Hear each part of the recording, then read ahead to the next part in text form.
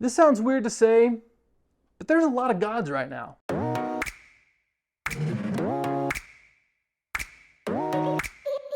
If you know me personally, you know that I'm a big fan of the Marvel Cinematic Universe, the MCU.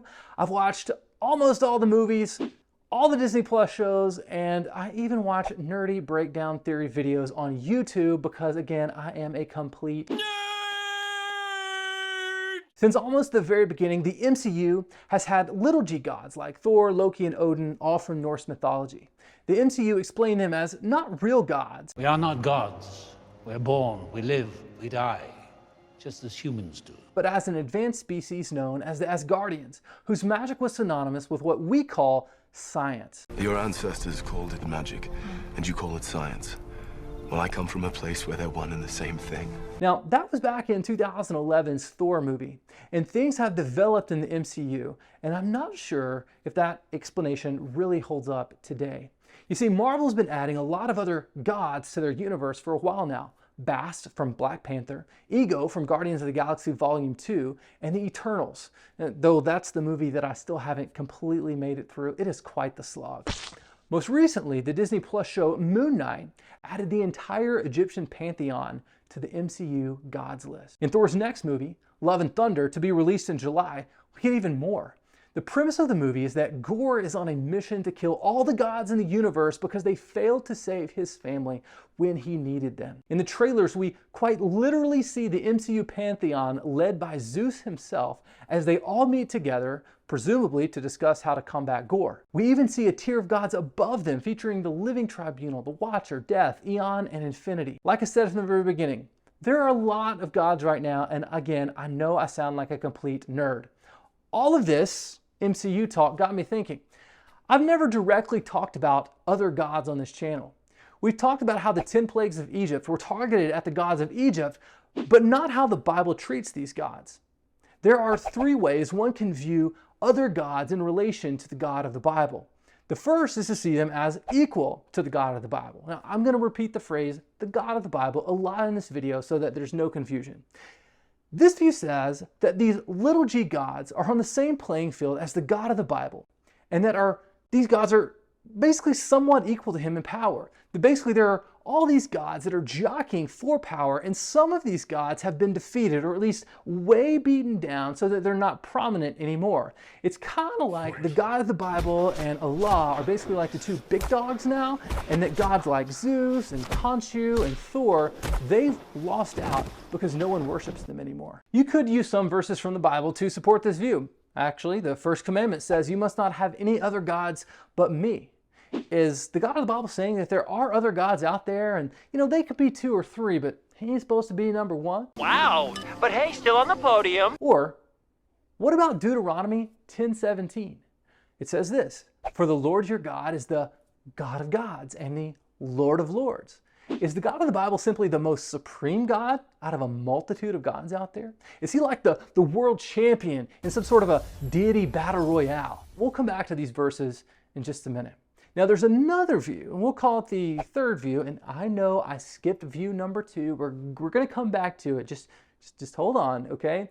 This third view says that all of those lowercase g gods, they're completely made up. They're just figments of their worshippers' imaginations. They've never existed. All the Egyptian gods, they never existed. All the Greek gods never existed. The Norse, the Native American, the Indian, none of them, they never existed ever. This is actually a pretty common view among Christians in the West. And you can even use verses from the Bible to support this view. For instance, Paul says in 1 Corinthians 8:4, "We all know that an idol is not really a god and that there is only one God." And in Galatians 4:8, he says, "Before you Gentiles knew God, you were slave to so-called gods that do not even exist." I mean, those are pretty clear, right? Again, we'll come back to these verses in a minute. Now, what's view number 2? What's in between the all gods are equal and no gods exist camps? And how do we square those 2 verses that seem to contradict? Well, the scripture actually informs us in at least 3 different places that the gods other than the God of the Bible are actually demons. Let's take them in order. Deuteronomy 32 says, they, talking about Israel, stirred up God's jealousy by worshiping foreign gods. They provoked his fury with detestable deeds. They offered sacrifices to demons, which are not God. Psalm 32 says something very similar. They, again, talking about Israel, worshiped their idols, which led to their downfall. They even sacrificed their sons and their daughters to the demons. And carrying the same theme into the New Testament, Paul wrote to the Corinthians, am I saying that food offered to idols has some significance or that idols are real gods? No, not at all. I am saying that these sacrifices are offered to demons, not to God. And I don't want you to participate with demons. You cannot drink from the cup of the Lord and from the cup of demons too. You cannot eat at the Lord's table and at the table of demons too. So how do we square all of the gods exist verses with all the no gods exist verses? Let's look at them again.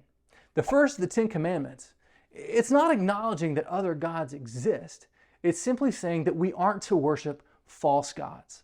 What about God being the God of gods and the Lord of lords? That's acknowledging other gods, right? False.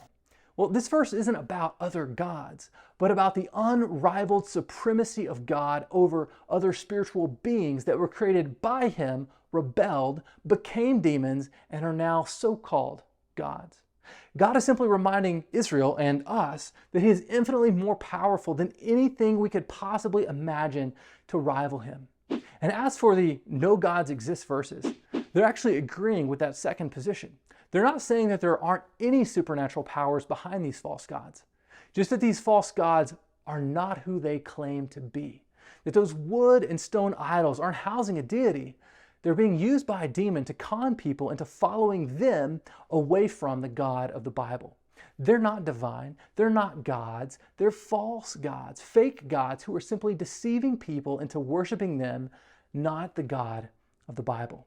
Hey, I hope you learned something in this video. If you did, would you please consider sharing it and be sure to subscribe so that you can catch the next video when it drops. A special thank you to channel sponsor LifeWord. Check out all the great things that they are doing at lifeword.org. We'll see you next time.